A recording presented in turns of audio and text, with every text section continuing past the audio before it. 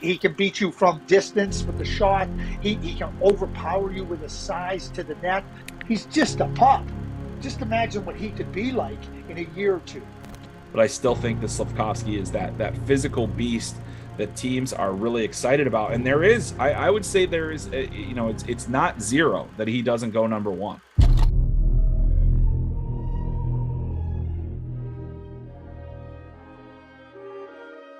How confident are you now?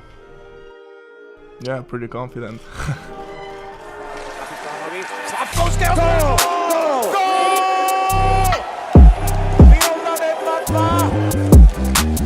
Tomáš získal puk, priťuknutie od Krištofa Slafkovskému, čo bolo pre neho podstatné. Okamžite vystrelil bez toho, aby sa pozrel. What we just witnessed from Juraj Slafkovsky was hands down one of the most impressive and influential draft-eligible seasons we've ever seen. Ever. When it comes down to each accolade Slafkovsky had obtained throughout the 2021-22 hockey season, it's completely asinine.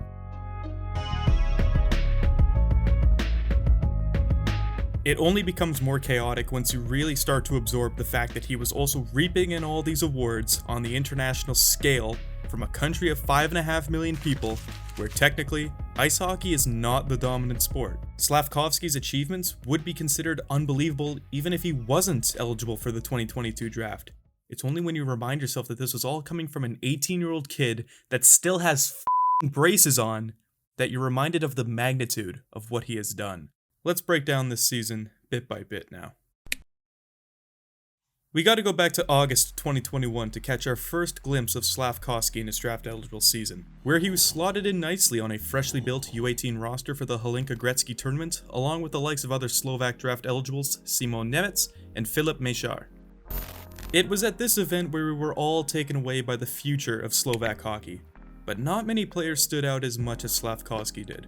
With his 6'4", 218-pound frame, he was a literal man amongst boys at the U18 stage. There were multiple times I wanted to see a legit birth certificate if I'm being honest. Slafkovsky and his dynamic game centered around his strength and skill was one of Slovakia's main factors in securing the silver medal at the Hokej Gretzky, completely steamrolling their way to the finals before coming up against Matvei Michkov and an even more potent Russian roster. This was already a psychotic start from the Slovaks coming right out of the gate.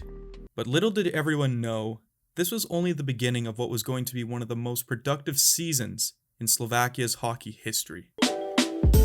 Slafkovsky would return to Finland and play up and down in the TPS program between the men's team and the U20 team. But every time Slafkovsky was sent back to the junior squad, he'd showcase that he was simply way too dominant. Across all players that played more than 10 games in the U20 league, Slafkovsky was tied for second in points per game and ranked first among U18 players. For the next few months, the constant cycle of leaving and returning with the men's team continued, and honestly, his overall production with the men's team was quite stagnant, and with another draft-eligible player that was torching the Liga every night early on in the year, it placed Slafkovsky a little bit out of the spotlight for the time being. Fast forward to February 2022, and Slafkovsky has secured himself a spot on Slovakia's men's team for the Winter Olympics, and I mean, I don't think I have to explain the rest.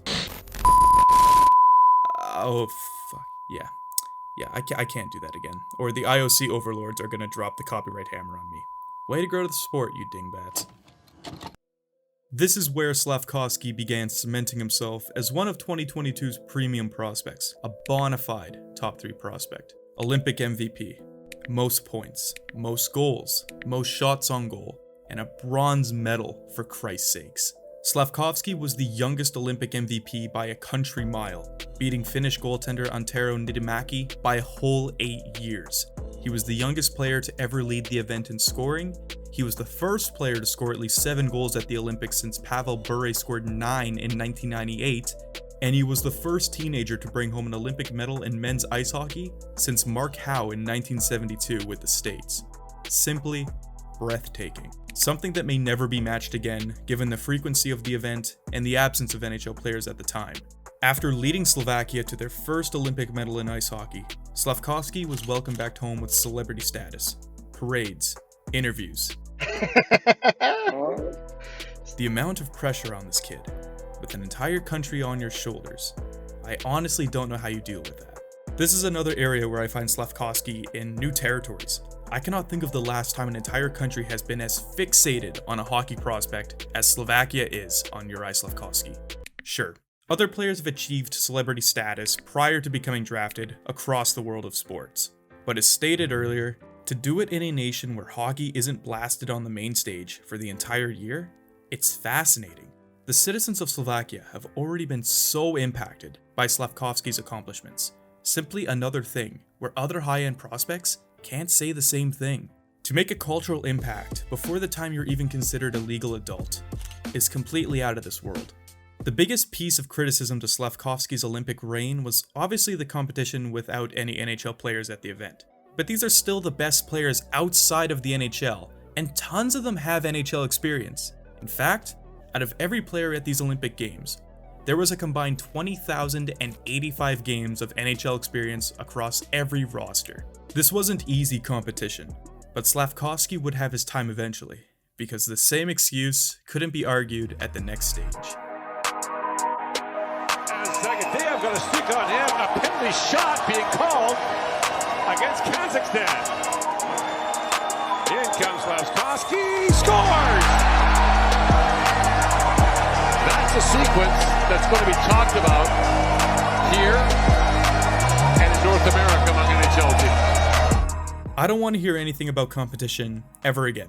Professional hockey is professional hockey, and if you're 17 to 18 years old, ripping apart current and past NHL players as easy as this, the only criticism you should be performing is on those other professionals that are apparently leagues above Slafkovsky. Slafkovsky wasn't able to obtain as many accolades at the World Championships with Slovakia, but his 9 points in 8 games versus more professional competition while leading his team to a 4-3 record and a quarterfinals appearance only made it more obvious that you can't turn this kid off. Slafkovsky was ultimately the tournament's leading U18 and U20 scorer, the first player to achieve both titles since Patrik Laine in 2016. He was also Slovakia's top scorer and was named a top 3 player on his team. To wrap up Slafkovsky's accolades list, he was also a runner-up in the Liga finals with TPS's men's squad. In the combined 82 competitive games Slafkovsky played in the 2021-22 season that were essentially trackable, he averaged 18 minutes and 40 seconds of time on ice, amassed 61 points, and collected the following awards. And his season technically still isn't over. With the World Junior rescheduled for August later this summer after the draft, Slafkovsky will get a chance to resume what was cut short at the tail end of 2021. He didn't notch any points in those 2 games, but to say he was invisible, you'd be dead wrong. I can only imagine what he's going to inflict on his opposition come summertime. In the end, has Slafkovsky put up the most impressive draft season we've ever witnessed? In some terms, yes, 100%. But in other departments, no. When it comes to total production, Slafkovsky's numbers don't completely take everyone away. Although they are extremely impressive and shouldn't be taken lightly, they are by no means the greatest stats we've ever seen by someone in their draft-eligible season. Even looking at fellow players drafted from the Liga, since the year 2000, Slafkovsky ranks 29th in terms of draft-eligible scoring. Still impressive given he's a teenager in a pro league, but better has been accomplished. But where Slafkovsky shakes everything up is his ability to show up when it matters the most and remain unfazed. Never in my time of watching and surveying hockey players have I ever seen a player improve so vastly over a season. Never in my time of watching hockey have I seen a player work his way from the 4th to the 1st line in the Olympics to only become the tournament's MVP and top scorer. Never in my time of watching hockey have I ever seen such a young player inspire an entire nation on such a gargantuan scale. To accomplish what Slafkovsky has done culturally already would be impressive at the end of one's career, let alone just at the beginning. So, in terms of him having the most influential, the most impactful, and most inspiring draft-eligible season ever, I'm giving that title to Kosic's very own Juraj Slafkovsky.